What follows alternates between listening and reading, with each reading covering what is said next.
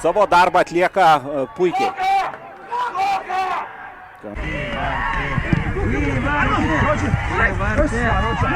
Yra lengviau negu užpulti. Na, o dabar apie lietuvių ekipos startinę sudėtį. Vartose Ernestas Lisionakas, atveju mūsų atakuojantys žaidėjai. Bet tas priartėjimas per daug neįtako. Dvikovų nenoro nusileisti vieni kitiems tikrai reikėjo laukti. Ataka, kurių buvo nedaug pirmajam kėlinyje, ir paspausti lietuvius, ir surengti ir pozicinės atakas, tokių erdvių turėtų būti daugiau. O šios užsitęsusios atakos turiu omeny ir tą Dovydo Balsio perdavimą bei Nedo Garbaliausko smūgį. Labai arti buvo lietuviai. Rinktinės baudos aikštelėje, Balsio perdavimas, vartininkas, kamuolį išleidžia po kontakto.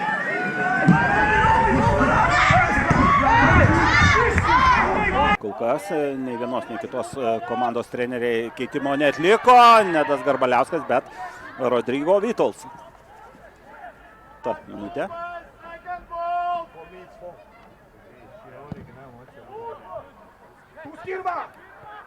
Ir netaip sėkmingai įžaistų kamuolių. Čia kabinamas kamuolys, bet Rodrygo Vytautas.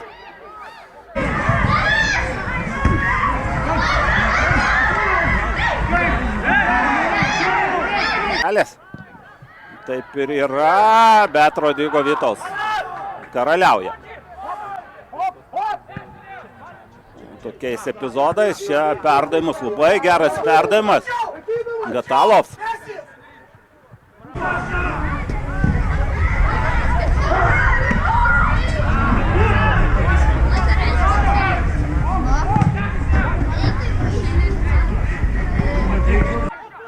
Na ir į baudos aikštelę turbūt reikia laukti perdavimo, bet JDFS Albers ekipos dar vienas perdavimas.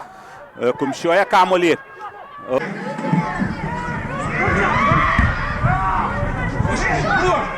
Latvių gynėjai, Paukštys, perdavimas ir kamuolys pas Rodrygo Vytautas. Ir tai...